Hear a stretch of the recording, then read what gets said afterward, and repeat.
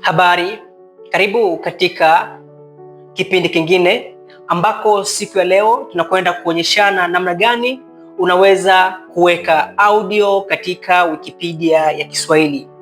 Kumbuka, audio hizi ni zile ambazo tayari tumezi-upload katika Wiki Commons. Twende pamoja tuone namna ya kuzi-upload. Ni rahisi sana. Ili kuupload audio katika Wikipedia ya Kiswahili, utafungua Wikipedia ya Kiswahili na kuchagua makala ambayo unataka kuupload audio hiyo. Baada ya hapo, utakwenda sehemu iliyoandikwa hariri chanzo.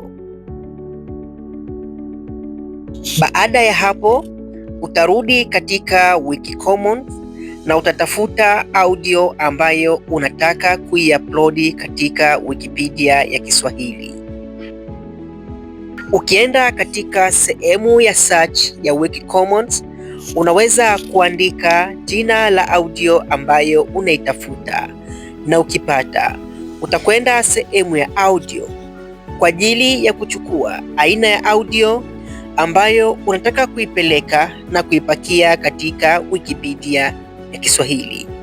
Kumbuka, njoo sehemu hii hapa ili uweze kukopi link kwa ajili ya kuipeleka katika Wikipedia ya Kiswahili.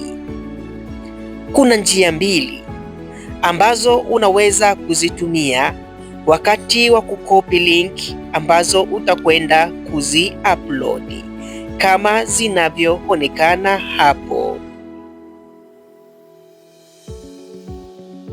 Baada ya kumaliza kukopi miongoni mwa hizo njia mbili, utarudi katika Wikipedia Kiswahili sehemu ambayo ulikuwa umefungua, na kisha utapesti linki hiyo.